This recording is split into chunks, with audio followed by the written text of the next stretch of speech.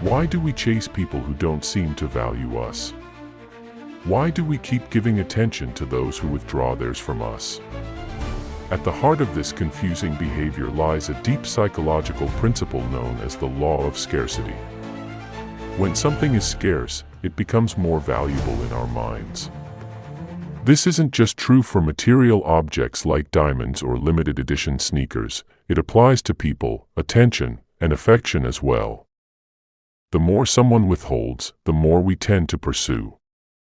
But this psychological tug-of-war rarely ends well. In fact, chasing people can slowly erode our self-worth, self-respect, and ultimately, our identity. At first, chasing someone feels like an investment. You're trying, you're showing effort, you're caring. But there's a subtle line between effort and desperation. The moment you cross it, the dynamic changes. Instead of being seen as valuable, you're perceived as needy. And in relationships, whether romantic, platonic, or professional, perceived neediness is often met with rejection. Humans are biologically wired to respond to scarcity.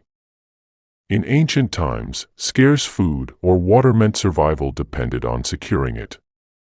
Our brain hasn't changed much. It still perceives scarcity as something to pursue. The problem is that when it comes to people, this mechanism often works against us.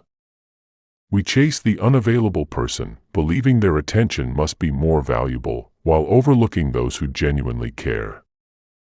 This leads to a dangerous pattern. The more someone pulls away, the harder we try. The harder we try, the more they pull away. This creates a feedback loop of rejection and obsession.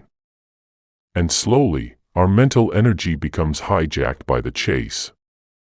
Our self-worth becomes tied to whether or not we can win them. But what happens internally during this chase? We begin to doubt ourselves. We interpret their disinterest as a reflection of our inadequacy. We believe that if we were more attractive, smarter, or more interesting, they would choose us. This self-blame deepens emotional dependence. And before we know it, our emotional well-being depends on someone else's intermittent approval. Chasing also trains your mind to seek validation externally. Instead of trusting your own worth, you constantly ask, "Do they like me? Did they reply? Why did they ignore me?" You become reactive, not proactive. Your emotional state becomes fragile, hinging on the behaviors of another person. And that's a dangerous place to be. Psychologists call this the scarcity trap. The more unavailable something is, the more you assign value to it. But here's the truth: scarcity doesn't always mean value. Some people are distant because they are emotionally unavailable, narcissistic, or simply disinterested. Their unavailability doesn't make them more worthy, it just makes them wrong for you. Furthermore, people sense when they're being chased. And in many cases, they instinctively value you less because of it. Think about it: when someone is overly eager or available, our primitive mind assumes they must not be that valuable, otherwise, they wouldn't be so accessible. This isn't fair, but it's real. Value is often perceived through boundaries, confidence, and selective attention. So, what's the alternative? Detachment. Not in a cold or unfeeling way, but in an empowered one. Detachment means you recognize your own worth. You give, but you don't chase. You show interest, but you don't beg. You stay open to connection, but you don't compromise your dignity. Instead of asking, "Why don't they want me?" ask, "Why am I chasing someone who doesn't?" This shift in focus reclaims your power. It repositions you as the chooser, not the chosen. And when you act from this place, your energy changes. People sense it. You become more magnetic, not because you're trying harder, but because you've stopped trying for the wrong people. The law of scarcity is a double-edged sword. It can either destroy you or empower you, depending on how you respond to it. If you chase scarcity, you devalue yourself.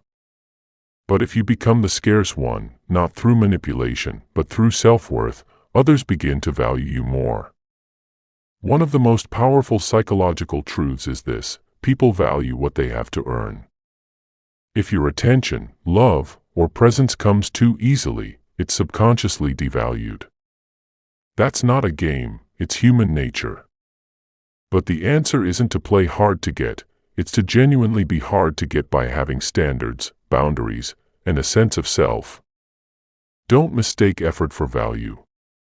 Just because you tried harder doesn't mean you'll be appreciated more. In fact, trying harder often leads to being taken for granted. Real connection doesn't require chasing. It flows. It's mutual. It grows in an environment of respect and reciprocation, not pursuit and withdrawal. The moment you stop chasing is the moment you start attracting. You attract people who align with your energy, who value your presence, who see your worth without needing to be convinced. But that only happens when you walk away from dynamics that drain you. Remember, you don't need to prove your worth to be loved. You just need to stop offering it to people who can't see it. Value yourself. Choose yourself. The rest will follow.